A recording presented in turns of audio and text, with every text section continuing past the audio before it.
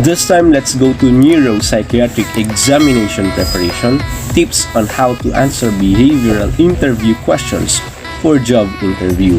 So our source is from www.thebalancedcareers.com. Before going thoroughly to the different set of questions, sample questions about behavioral job interview, let us determine first the definition and the nature of this behavioral job interview. It is an interview to discover how the applicant or the interviewee acted in a specific employment-related situation. This will determine your future behavior from a past behavior. So this will be determining your behavior from the past in a given specific employment-related situation because it will predict the future behavior. Take note, the logic is that how you behave in the past will predict how you will behave in the future. Again, how you behave in the past will predict how you will behave in the future, such as past behavior predicts future performance.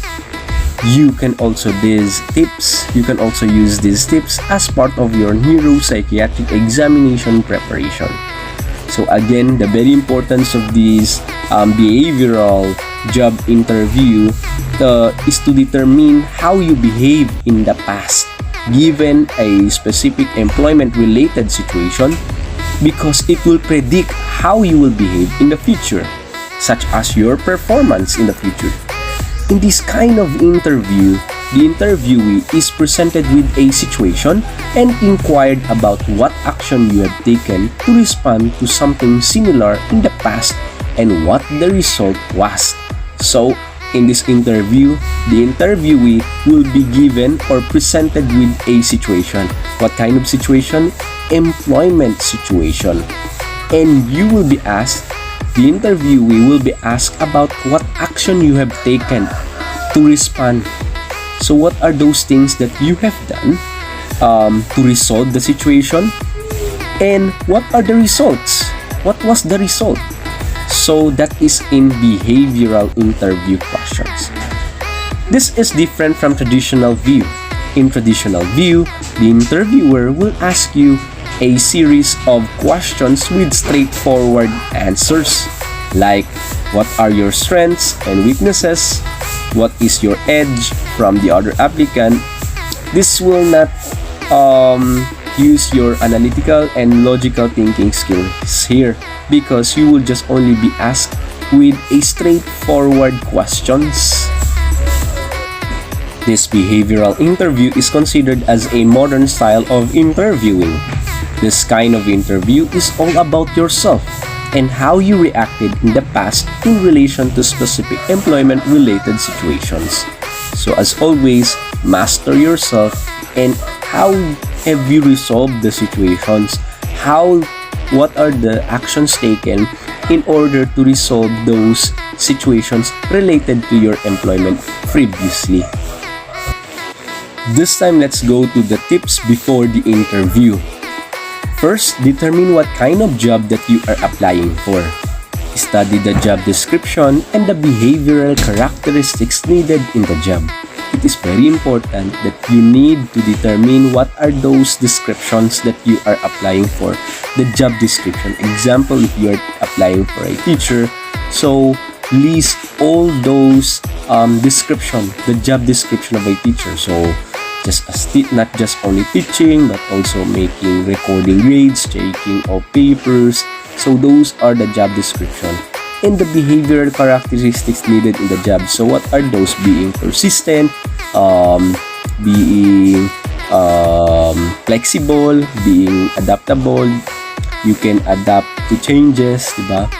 Next is that search about the important details about the company, such as its mission and vision, including its core programs. So it is very important that you know well about the company that you are applying for.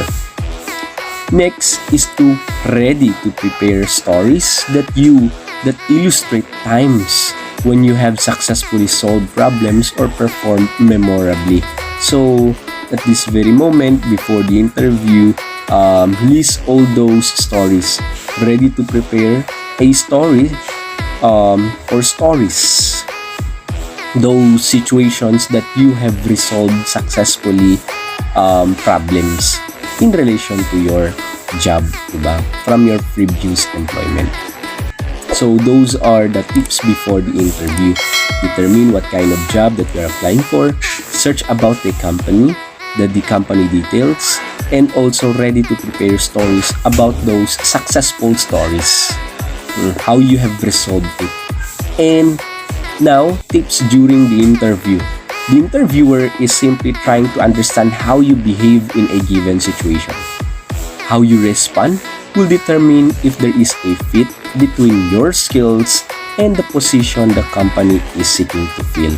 So as much as possible, study the questions and also study your answers, because from your answer, the interviewer or the employer will determine if your response is fit as your skills.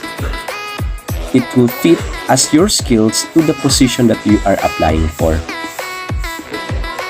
Number 1 tips during the interview.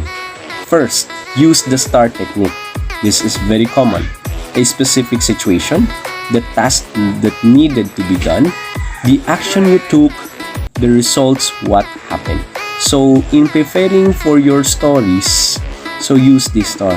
Describe the situation and the task that you are given during this situation, and what are your actions that you took, that you have taken, or your initiatives, and what are the results, or what is the result from the action that you have made, or from your collaborations with the other colleagues, or from your initiatives, what happened to that. So use that technique, STAR, as guide to make a story. Next, listen carefully, be clear and detailed when you respond, and most importantly, be honest. Just be yourself here. Clearly, do not answer yet if there is no question. So listen carefully, and as much as possible, be specific or detailed. That is why I'm encouraging you to prepare a story using the STAR technique. And be honest. The interviewer will determine if you are not honest, so be careful. Your answer must be in line with the position that you are applying for. So this is very important. This is what I am saying, because your answer will determine the skills you have fitted for the position that you are applying for. Again, your answers will